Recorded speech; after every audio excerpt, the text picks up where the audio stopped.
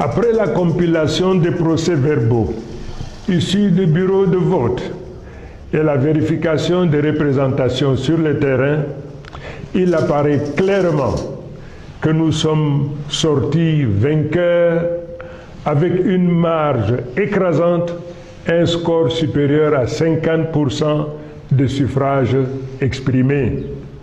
Un tel rejet, un tel désaveu prescrit au président sortant de faire preuve de courage, d'humilité, et au nom de la démocratie et des us et coutumes, appeler le vainqueur, le féliciter et lui notifier sa disponibilité à organiser une transition heureuse, mettant notre nation à l'abri de soubresauts et convulsions qui naîtraient d'une transition subie et non préparée. De la sorte, l'humanité entière reconnaîtrait en lui un homme de paix, soucieux de laisser un héritage dont on citerait l'exemple aux générations à venir. Mais hélas, telle ne semble pas être votre prédisposition.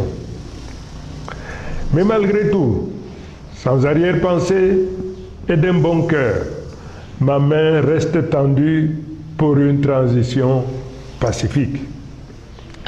Mesdames et messieurs, il me plaît de rappeler avec force qu'en dépit de tous les obstacles érigés sur notre chemin, dès lors, si le Conseil constitutionnel proclame des résultats falsifiés et tronqués, il se rendra complice d'une forfaiture, car le peuple camerounais, dans son immense majorité, n'acceptera jamais la validation par le Conseil constitutionnel de la falsification et du bourrage des urnes à une échelle historique telle que cela est porté à la connaissance du monde entier.